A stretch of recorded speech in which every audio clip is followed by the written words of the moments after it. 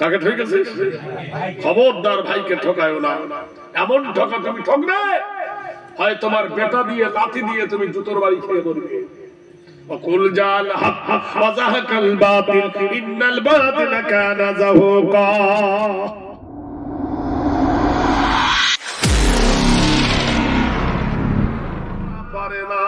সুলাইমান নবী সিংহাসন বাতাসে উড়ে উঠতো, সেই সিংহাসনটা এখনো আছে কিন্তু আর বাতাসে ওড়ে না।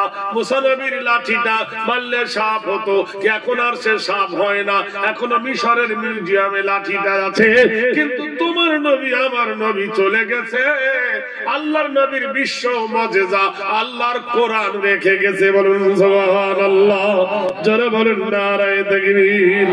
পৃথিবীর সবথেকে কোরআনের মুজিজা হলো এই, কেউ বলতে পারবে না রামায়ণ মুখস্থ আছে, কেউ বলতে পারবে না জব্বুর মুখস্থ আছে, কেউ বলতে পারবে না তাওরাত মুখস্থ আছে, কেউ বলবে না সহজ পাঠ মুখস্থ আছে, কেউ বলবে না কিশোরায় গোটাই মুখস্থ আছে, কেউ বলে নীতিমালা গোটাই মুখস্থ আছে, কেউ বলতে পারবে না সামান্য বর্ণ পরিচয় বইটা গোটাই মুখস্থ নাই, আদর্শ নীতি বইটা গোটাই মুখস্থ নাই।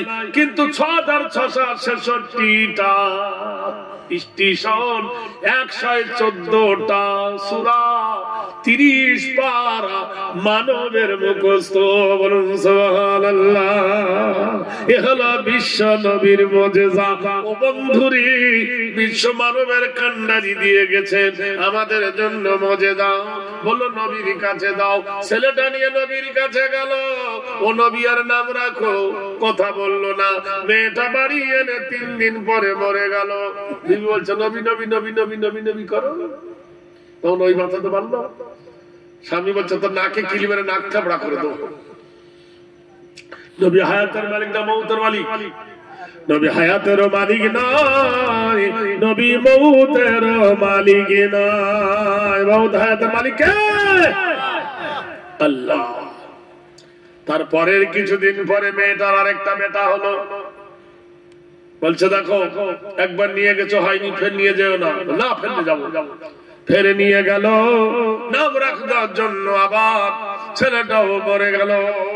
দুটো বাচ্চা মরলো। মনের আগুন মনে রাখে। আল্লাহ পাক কোরআন শরীফের মধ্যে বলে আল্লাহ হাব্বুল আসফি ওয়ার রাইহান, আমি সুন্দর বাগান এবং বাগিচা বানাইছি। ফিহা ফাকিহাতুন ওয়ান নাখলু যাতুল আকমাম। সুবহানাল্লাহ বলুন জোরে সুবহানাল্লাহ। আচ্ছা বলুন দিনি, বট গাছের দাম বেশি না খেজুর গাছের দাম বেশি? শাল গাছের দাম বেশি না খেজুর গাছের দাম বেশি? শাল গাছের। শাল গাছের আঠা কালকে খাবেন, এক গ্লাস খেলি সকাল বেলায় শেষ। কিন্তু খেজুর গাছ মাথা কেটে কলসির কলসি রস তোমাকে দেয়, দেয় না? আর খেজুর গাছের রস না থাকলে জয়নগর। শিলিগুড়ি গেছি ভাই মিলে, আমাকে একজন বলছে জয়নগরের মা, জয়নগরের মা। ভাই কোথা থেকে নিচু? বলে অনেক দূর, অনেক দূর, ২৪ পরগনা জয়নগরের মা। জীবনে দেখেছি কোনদিন? ও তো জানে না। ও কি জানে? হ্যাঁ, কোনদিন গিয়েছিস তুই? তাও দিচ্ছে আসে। জয়নগর কোথায় তৈরি হয় বলছেন দেখি? কি দিয়ে তৈরি হয়? বোকা কোথায়? কার তো কার চলে? ওটাই আসাম, মেঘালয়, ত্রিপুরা সব জয়নগরের মতো। বন্ধুরে, খেজুর গাছের আঠা কেটে খেজুর গাছ দাম চালা করে কাদির কাদি খেজুর তোমাকে দেয়, কিন্তু খেজুর গাছের চাপালির ভিতর থেকে রস বার করে তোমাকে আল্লাহ যে রসগুলো দেয়, কখনো 5 কেজি, কখনো 3 কেজি, কখনো 7 কেজি, 2-3 মাস ধরে খেজুর গাছের রস নামে কিনা বলুন? যেদিন দেখবেন কুয়াশা বেশি হয় সেদিন দাঁত কেলায়। এর দাঁত কেলায় গেজা হয়, হাত দিদি কি বিশ্রী গন্ধ হয় না? তখন গাছটাকে শুকান দেয় না? 2-3 দিন শুকাবার পরে আবার চাষে বললো এটা কি? বলে জিরেন কাঠ। কি কাঠ? জিরেন কাঠ, ফাঁস কাঠ। হায় রে মানব, জেনে রেখে দে ওরে মানুষ, আল্লাহ বলছে গাছের কত নিয়ামত, খালি শাল গাছের থেকে খেজুর গাছের প্রয়োজন বেশি। খেজুর গাছের পাতা দিয়া পাটি বানানো হয়, কবরে গেলে কেউ কবরে মাটি যাতে না পড়ে খেজুর গাছের পাটিও দেয়। খেজুর গাছের খেজুর খাওয়া হয়, কত নিয়ামত দেওয়া হয় বন্ধু। আল্লাহর নবীর ওই সাহাবার ছিল বিরাট খেজুরের বাগান। বিবিকে বলছে চ খেজুর পাড়তে চ। স্বামী গাছের নাড়া দেয়, খেজুর গুলো ঝরঝর করে পড়ে, গাছের গোড়ায় খেজুর কাঁড়ি হয়। খেজুর যখন কাঁড়ি হয়ে গেছে, 10 মণ খেজুর কাঁড়ি হয়ে গেছে, বিবি বাঁচতেছে কোনটা ভালো কোনটা খারাপ। 5 মণ হলো ভালো, 5 মণ হলো খারাপ। বিবি বলছে কাজ কর, দুজন মানুষ তো খাবো, এই খারাপ গুলো খাবো, ভালো গুলো বিক্রি করবো, তো বেঁচে দিই। বিবি বলছে নতুন উঠেছে, কদিন থামো, দেরি করে বেচবো। এ বলল কত ঝগড়া করবো, থাক। খেজুরের দর উঠে গেছে 500 টাকা মন। স্বামী বলছে বেচে দে রে 500 টাকা মন। বিবি বলছে ঝগড়া করো না, বেচলো না, একটু বাড়ো। খেজুরের দর উঠে গেল 600 টাকা মন। স্বামী বলছেন বিবি রে, যেমনি ওড়ে তেমনি পড়ে, যেমনি চড়ে তেমনি পড়ে, তাড়াতাড়ি বিক্রি করে দে। বলছে বেশি বিরক্ত করিও না। হঠাৎ খেজুরের দর পড়ে গেল 300 টাকা মন। স্বামী বলছে আজকে সালামি হয়েছে। বিবি বলছে যা হলো হলো, এবার বিক্রি করো। এ বললো না আমি ঠকাতে পারবো না, নারায় দেখবি।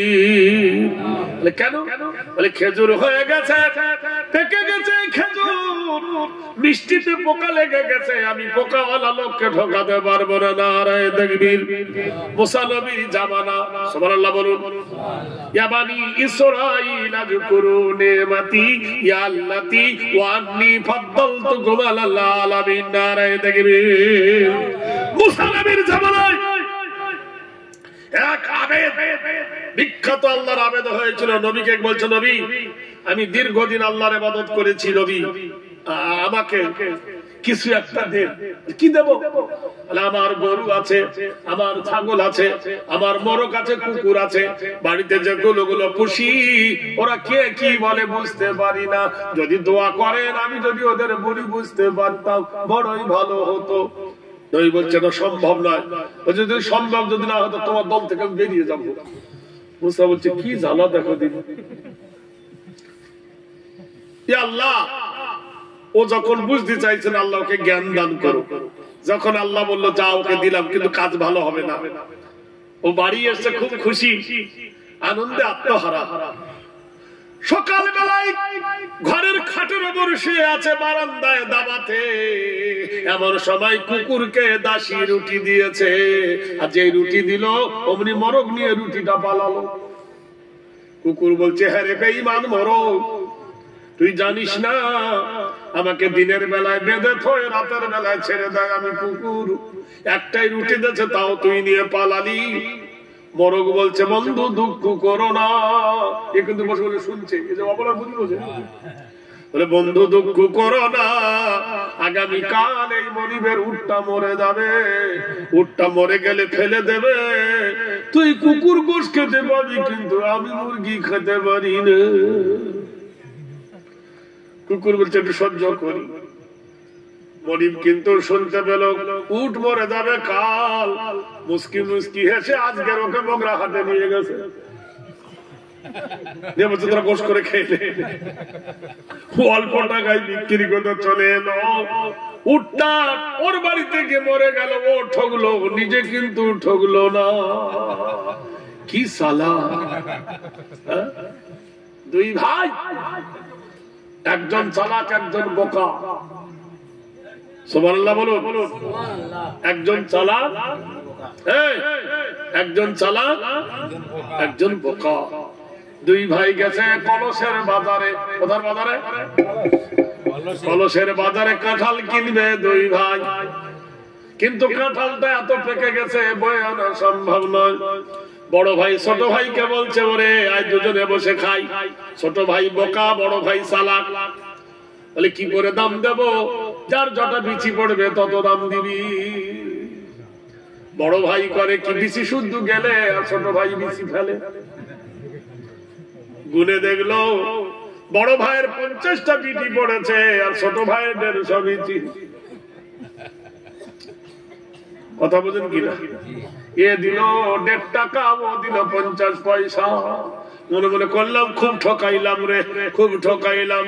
ও ব্যক্তি কাঁঠালকে বাড়ি যাচ্ছে, পথের মধ্যে প্রচন্ড গরম, বৃষ্টি টিপ টিপ করে নামতেছে, কিন্তু পেটে কাঁঠালের বিচি হজম হয় না। আম গোটা, জাম গোটা, আর যে কাঁঠালের আঁঠি। কথা বলেন কিনা? গোটার গোটা পেটের ভিতর হুড়মুড় হুড়মুড় করছে। ওদের একটা নোটে শাকের বাগান ছিল, ওই জমিতে গিয়ে যখন কাপড় খুলে দিয়েছে পটাশ পটাশ করে বার হচ্ছে, শুধু গোছা গোটা বিচি। আকাশ থেকে ঝমঝম করে বৃষ্টি হচ্ছে, গু ধুয়ে গেল, পাতলা পায়খানা, বাড়ি চলে গেল, কিন্তু বিচি গুলো পানি পড়ে ধুয়ে গেছে, চকচক চকচক করছে। সকাল বেলায় চালাকের বউ,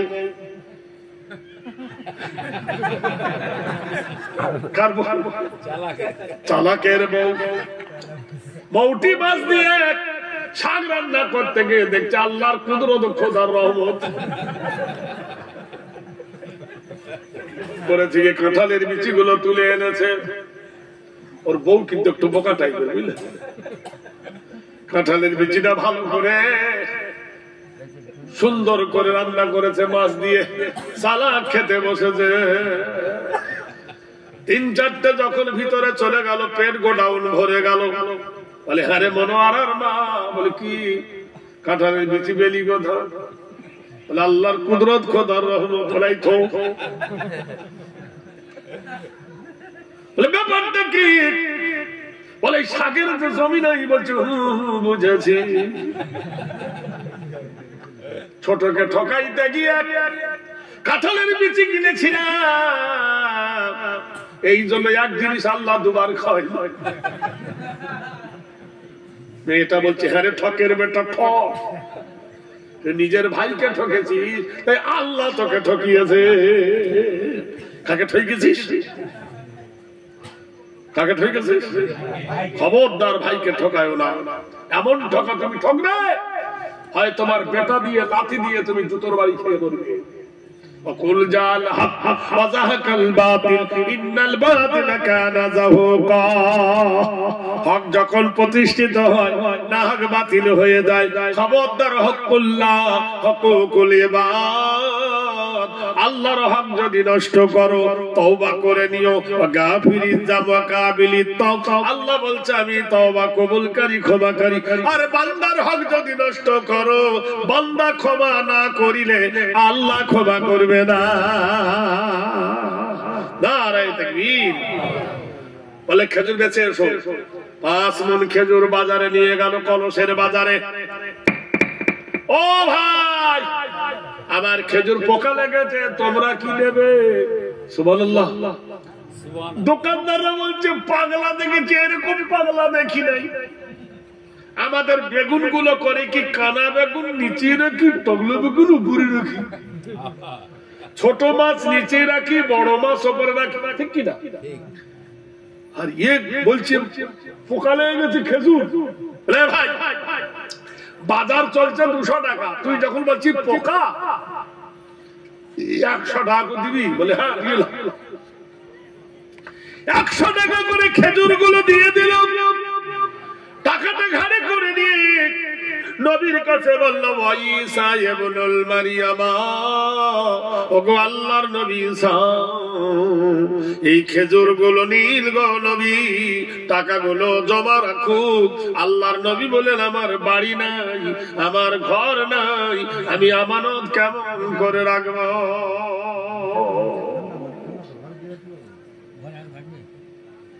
কেমন করে রাখবো? এ বলছেন না হুজুর আপনি রাখেন। এ বলছে টাকা যদি রাখতে চাস ওই নদীতে ফেলে দিয়া, মাতা কোমর রাসূলু ফাখুযু, আমার নবী তোমাদের যা দেয় তোমরা গ্রহণ করো। আমানা রাসূলু বিমা উনজিলা ইলাইহি মির রাব্বিহি ওয়াল মুমিনুন কুল্লুন আমানা বিল্লাহ, আমার নবীর প্রতি ঈমান আনো। নবী যে মাবুদের কথা বলে মাবুদকে বিশ্বাস করো। নবী যাকে মাবুদ বলে সেই মাবুদকে মেনে নাও, এর নাম হলো ঈমান। যেই বলেছে টাকাগুলো নিয়ে গিয়ে সাগরে ফেলে দিয়েছে, ডায়মন্ড হারবার নদীতে ফেলে দিয়ে বাড়ি চলে এসেছে। ওর বিবি বলছে হ্যাঁ গো খেজুর বিক্রি করেছো? বললো হ্যাঁ। ক টাকা হয়েছে? বলে এত টাকা। টাকাগুলো কোন ব্যাংকে রেখেছো? বলছে ব্যাংকে ট্যাংকে রাখি নাই। কারোর কাছে রেখেছো? বলে তাও না, নবীর কাছে নিয়ে গেছিলাম তো। তো নবী বললো বাক্স টাক্স নাই, কোথায় রাখবো? নদীতে ফেলে দেয়, গাঙে ফেলে দিয়েছে। বউ তো তেলে বেগুনে জ্বলে উঠলো, এই আধ পাগলাকে নিয়ে চলি কি করে? বলছে চলে যাচ্ছি, জানা যা, তুই যদি চলে যাস ফের আরেকটা নিয়ে আসবো। যার বউ দেখবেন স্বামী রাগী, যার স্বামী দেখবেন কড়া মেজাজের, তার বউকে জীবনে ভূতে ধরবে না। আর যার স্বামী দেখবেন একটু সোজা ধরনের, ওর বউকে ঘুনো ঘুনো ভূতে ধরবে। মিনিয়ে নেবেন, আপনি দেখবেন। আমি বলছি ভাইরা বাবা, এক কড়া মেজাজের মানুষ খুব ঝগড়া টোকরা করে আর কি করবে? টাকা ফেলে দিয়ে কি করবে? স্বামী স্ত্রী ঘুমিয়ে গেছে, আবার দুজনার মহাব্বতের কারণে আল্লাহ আওয়ালাদুন সালিহুন আলিম, আল্লাহ আবার একটা সুসন্তান দান করলেন। ছেলেটাকে নিয়ে মায়ের কোল, অসংখ্য তারা দেখো হরে না আধার, অসংখ্য তারা দেখো হরে না আধার, এক চাঁদ আলো করে জগৎ মাঝার। ছেলেটাকে নিয়ে মা আনন্দে আত্মহারা, স্বামীকে বলছে গো এর একটা নাম রাখো। তো তুই তো জানি নাম রাখতে গেলে আমার পুরাতন ঘাটি যেতে হবে, তুই তো বাধা দিস। কথা বলতে ভালো নাম জানো হয়। আল্লাহর নবীর কাছে নিয়ে গেল, আল্লাহর নবী ওর নাম রাখলো আব্দুর রহমান। আব্দুর রহমান এই নাম শুনি বড় খুশি। বিবিকে বলল বিবি রে, নবী ওর নাম রেখেছেন আব্দুর রহমান, নামটা কত সুন্দর। বউ বলছে পুরাতন নাম, মানে নতুন নাম রাখতো আর কি, বল্টু বল্টু রাখতো, ভালো লাগতো। তা ঠিক আছে ভালো হয়েছে, তোমার খুলতে খুশি। বলছে নাম রাখলো তো কি হলো? নবী জানো না আছে পাগলি দাওয়াত করে এসেছে। কেন?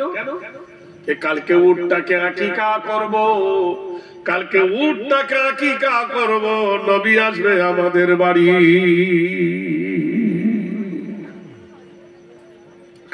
সকাল হয়ে গেছে, আসসামাই জাতিল বুরুজ ওয়াল ইয়াউমিল মাউদ ওয়া শাহিদা ওয়া মাশহুদ কুতিলা সাহাবুল উখদুদিন নারি জাতিল ওয়াকুদ ইজহুম আলাইয়া কুদু ওয়া হুম আলামা ইয়াফালুনা বিল মুমিনিনা শুহুদ।